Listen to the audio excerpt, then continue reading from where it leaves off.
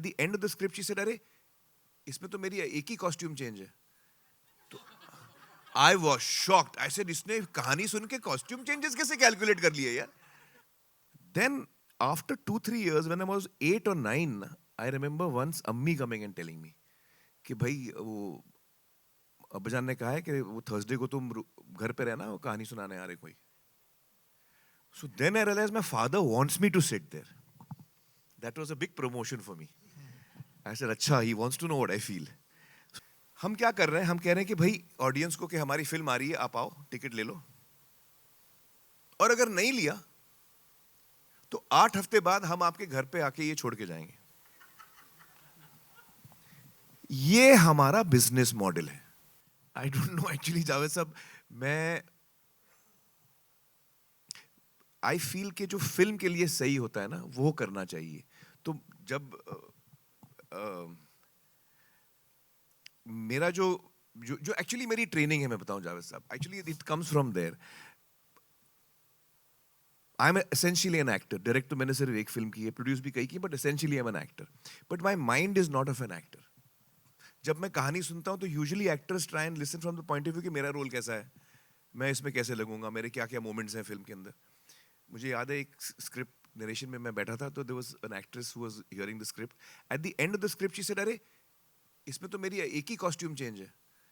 तो I was shocked. I said, इसने कहानी सुन के कॉस्ट्यूम चेंजेस कैसे कैलकुलेट कर लिए यार. मैंने तो सोचा ही नहीं एक ही कॉस्ट्यूम है इसका. बट उसने फिगर आउट कर लिया था कि यार इसमें मेरा एक ही कॉस्ट्यूम है. तो आई सेड, तो मेरा माइंड एज एन एक्टर चलता नहीं कि इसमें कितने कॉस्ट्यूम है, कितने एक्शन सीन है. So when I like the script, then whatever is right for the script has to be done. Whether it is for me, against me, it doesn't matter. जो कहानी और फिल्म के लिए सही है वो होना जरूरी है, उसको मैं फॉलो करता हूँ. तो मेरे लिए अच्छा, it's also because I grew up in a household of filmmaking. Nasir साहब, ताहिर साहब, अपना अब्बाजान, तो उनकी, because they were not actors, they were always for the film. So I've sat through so many. मुझे कहानियाँ सुनने का बहुत शौक था जावेद साहब. तो घर पे जब अब्बाजान को कोई कहानी सुनाने आता था, आइडिया, प्लॉट, कभी कभी पूरी 3 घंटे की विद डायलॉग्स, नरेशन, तो मैं कोने में बैठ के सुनता था. ये है from the age of 5 or 6. मुझे याद है मैं सुनता था. और क्योंकि नसीम भी जो हमारी कुक थी, वो भी शेख चिल्ली की कहानियां सुनाती थी. रात को हवा महल प्रोग्राम आता था रेडियो पे, तो हम, मुझे कहानियों का बहुत शौक था. तो अब्बाजान को जब कहानी सुनाने आते तो मैं कोने में बैठ के सुनता था. फिर कुछ वक्त के बाद अब्बाजान को रियलाइज हुआ कि ये पर्दे के पीछे बैठ के कहानी सुन रहे. तो उन्होंने, तुम आगे आके सुनो. तो आई देन सिट ऑफिशियली, हॉल में बैठ के सुनता था मैं. और सारे डिस्कशंस मैंने सुने हुए हैं, सारे राइटरों के.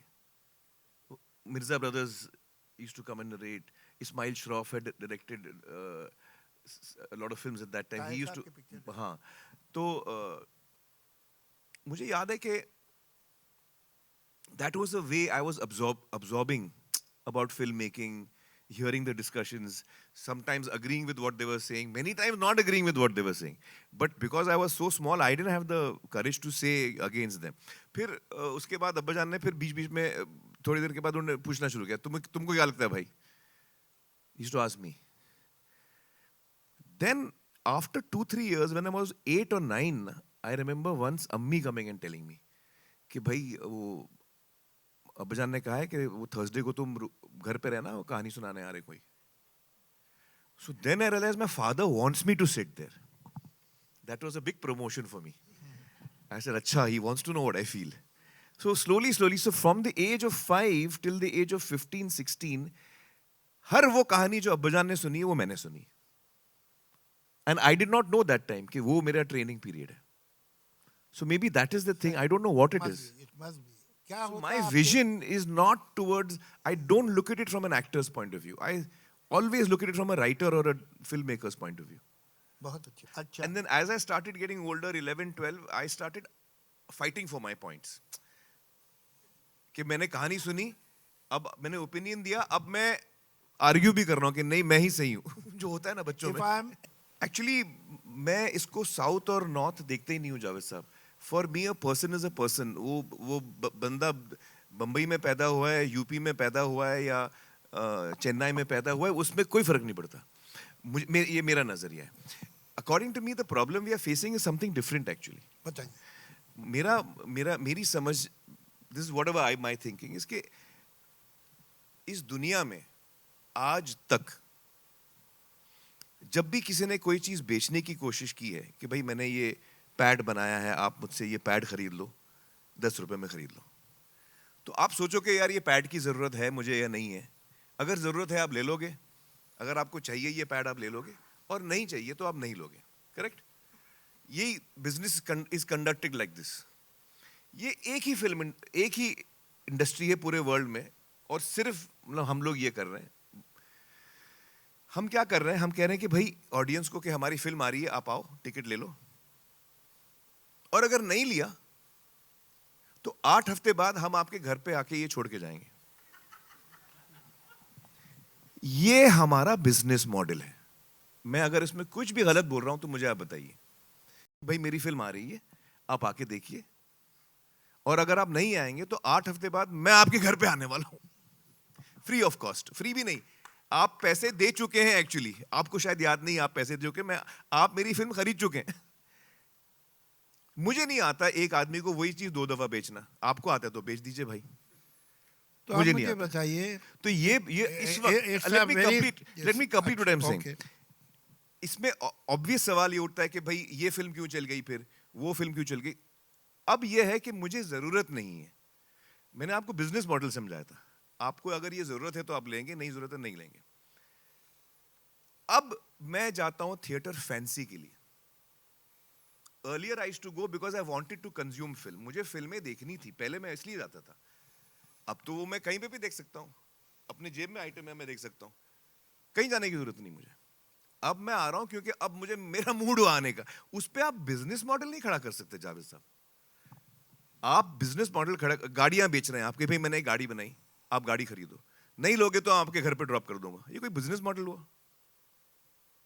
आप बताइए मुझे. तो we have killed our own business नहीं, according. it's a very, very good How can I argument. sell the same thing to you twice? I don't know. I appreciate that.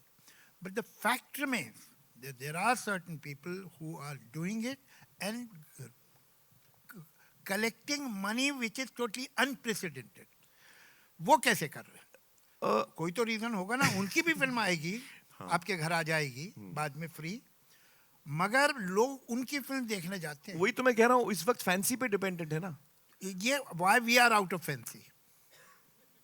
Well, I think that one of the reasons also is that जो हिंदी में जो writers और directors हैं, perhaps they have been trying to entertain an audience which is slightly more, I don't know, finer. Is that the way to put it? They have forgotten their roots. जो basic emotion होता है, जो बहुत ही हमको भड़का लेता है, the sharper emotions, you know, there are finer emotions and then there are baser emotions. Revenge is a strong emotion. It's very easy to provoke also. It comes out very strongly. But doubt is an emotion which is a very halka emotion. A doubt. I'm trying to create doubt I'm trying to, show you what doubt is. So it's a less attractive emotion. Anger, love, revenge. I'll say yes and no. ये सही बात है कि सलीम जावेद ने revenge तो निचोड़ के फेंक दिया, ये सच है. उसके बाद उसके लॉ ऑफ डिमिनिशिंग यूटिलिटी उस पर लग गई थी. लेकिन ये जो कहानियाँ बहुत बड़ी हिट हुई हैं ना, ये सब रिवेंज की कहानियाँ हैं. इनमें रिवेंज है और बहुत स्ट्रॉन्ग ड्रामा है. वाई वी हैव, हमारे ये कि साहब हमारा इंटेलेक्ट इतना बढ़ गया, दैट आई डाउट. कहीं एक इंटेलेक्ट बढ़ नहीं, आई डोंट मीन इंटेलेक्ट बढ़ गया. एक्चुअली मेरा मतलब वो नहीं था. जी जी. I think we are choosing to talk about different aspects of life. We are not sticking to the more broader strokes. So it's a mistake. I mean, it's really, I feel each creative person has to make what he or she feels like making. At the end of the day, मैं वही बना सकता हूँ जो मेरे अंदर से निकलेगा. आप समझ रहे मैं क्या कह रहा हूँ? शायद मेरे लिए ऐसा है, शायद बाकी लोगों के लिए ऐसा नहीं. नहीं, आपके you are one of the exceptions. तो मेरे अंदर से जो निकलेगा वो निकल रहा है. आई डोंट थिंक ये हिट होने वाला है, ये फ्लॉप होने, I don't think like that. मैं कहूँगा जब मल्टीप्लेक्सेस नए नए आए थे ना अजय, तो उस वक्त एक फिल्म इंडस्ट्री में ये भी था कि ऑडियंस थोड़ा चेंज हो रही है, मल्टीप्लेक्स की ऑडियंस थोड़ी अलग होती है. And if I remember correctly 2005 में यू हैड स्टार्टेड और 97 you started, but 2005 में काफी मतलब एक चेंज आया था. आई थिंक रंग दे बसंती के टाइम पे हम मिले भी थे. So it had started growing very strongly, and then you know there was a certain genre of films that were being made, which were called multiplex films. You remember, Kamal? कि यार ये फिल्में multiplexes में चलती हैं, multiplexes में चलती हैं. ये मल्टीप्लेक्स फिल्म है, ये सिंगल स्क्रीन फिल्म है. It almost became a difference कि मल्टीप्लेक्स फिल्म अलग होती है और सिंगल स्क्रीन फिल्म अलग होती है. तो ये एक तरह से उसी का एक्सटेंशन है जावेद साहब, कि जो हम साउथ की फिल्में देखते हैं जो बहुत सुपरहिट होती हैं, they are what we typically used to call single screen films. You know, very mass, very hard hitting, very broad strokes, and I think maybe the Hindi filmmakers tried to go more towards multiplex films, but the fact is, I never thought like this. I'm just trying to answer it in the best way I know. I never thought multiplex, and because मेरे लिए दंगल क्या है, दंगल multiplex भी है और मास भी है, उसमें कोई आप फर्क ही नहीं कर सकते. What is लगान? It's you're rooted right there. यानी it is possible to have a language which will be understood by different sections of society. Of course, definitely, I believe. And this that. is what most of the filmmakers are not able to achieve. But it's okay. It's, I think everything is a bit of a cycle. You learn, you make mistakes. एक दौर आता है जब आप कुछ करते हैं, then you start realizing, and then you course correct.